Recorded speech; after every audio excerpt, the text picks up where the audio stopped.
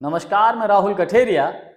राजस्थान के विधानसभा में hot seat कही जाने वाली टोंक विधानसभा क्षेत्र में एक बड़ा राजनीतिक उलटफेर देखने को मिला है।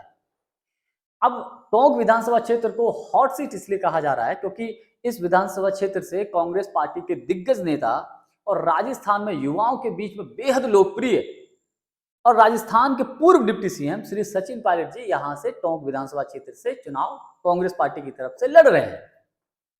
तो ऐसे में चूंकि टोंक विधानसभा क्षेत्र जो है हॉट सीट है, उलटफेर क्या हुआ है? तो उलटफेर यह है कि बहुजन समाजवादी पार्टी के प्रत्याशी ने सचिन पायलट जी को अपना समर्थन दे दिया है। यानी कि सचिन पायलट जी ने बहुजन समाजवादी पार्टी के प्रत्याशी अशोक बैरवा जी को अपने पाले में कर लिया है।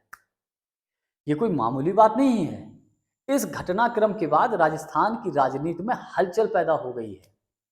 और हलचल पैदा होने की वजह क्या हो सकती है?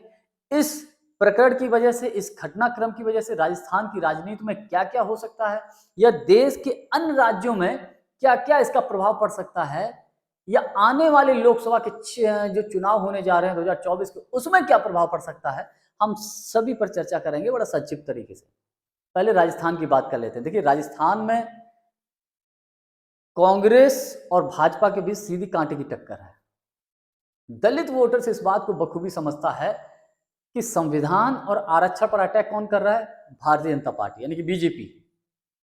तो उनके हर कोई ओबीसी या दलित वोटर्स वो यही चाहता है कि बीजेपी को कैसे रोका जाए।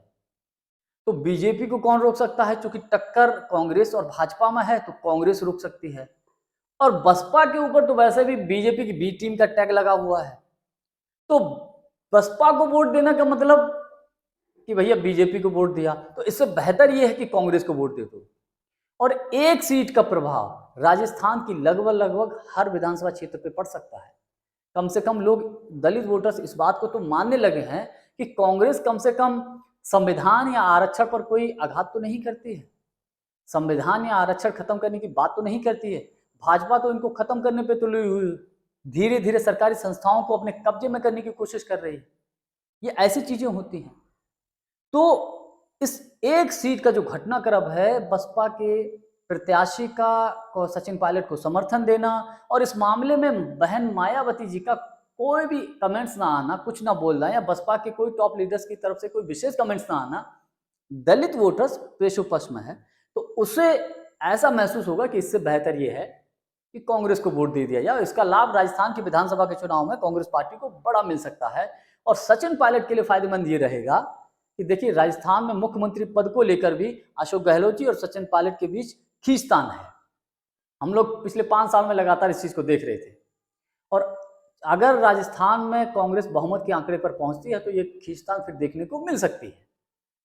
खैर, उस पर नहीं जाते हैं। तो इसका लाभ सचिन पायलट के पक्ष में भी जाएगा कि देखिए, हमने साहब बसपा के प्रत्याशी को तोड़कर अपने पाले में किया है और इसका लाभ पूरे राजस्थान में कांग्रेस को मिला है। अब इस प्रकरण का असर 5 राज्यों, जो अन्य 4 राज्य, इन पर भी पड़ सकता है। वहां पर भी दलित वोटर्स इस बात को लेकर सक्रिय हो सकते हैं कि यार, इससे बेहतर यह है कि कांग्रेस को वोट कर दो बसपा की बजाय, क्योंकि बीजेपी को रोकने का काम जो है केवल कांग्रेस कर सकती है। तो अन्य 4 राज्यों में भी इसका असर पड़ सकता है। अब बात कर लें, कांग्रेस इस मामले को और थोड़ा सा उठा देगी, थोड़ा और फैलाने की कोशिश करेगी। तो मेरा मानना यह है कि 2024 के लोकसभा के चुनाव में ऐसी चीजें कांग्रेस के लिए बड़ा फायदेमंद साबित होगी, क्योंकि कांग्रेस के पास ऑलरेडी पहले से एक ट्रम्प कार्ड है मल्लिकार्जुन खड़गे साहब के रूप में। तो मेरा मानना व्यक्तिगत यह है, चाहे राजस्थान का विधानसभा का चुनाव हो, चाहे देश के अन्य राज्यों के विधानसभा का चुनाव हो, या देश में आने वाले लोकसभा का चुनाव हो 24 में, इन सभी में इस प्रकरण की वजह से, या मल्लिकार्जुन खड़गे साहब जो कांग्रेस का ट्रम्प कार्ड है, उनकी वजह से कांग्रेस को जबरदस्त फायदा मिलने की पूरी प्रबल संभावना है। आज के लिए बस इतना ही। वीडियो को लाइक, शेयर, चैनल को सब्सक्राइब जरूर कर दीजिएगा। बहुत बहुत धन्यवाद। नमस्कार।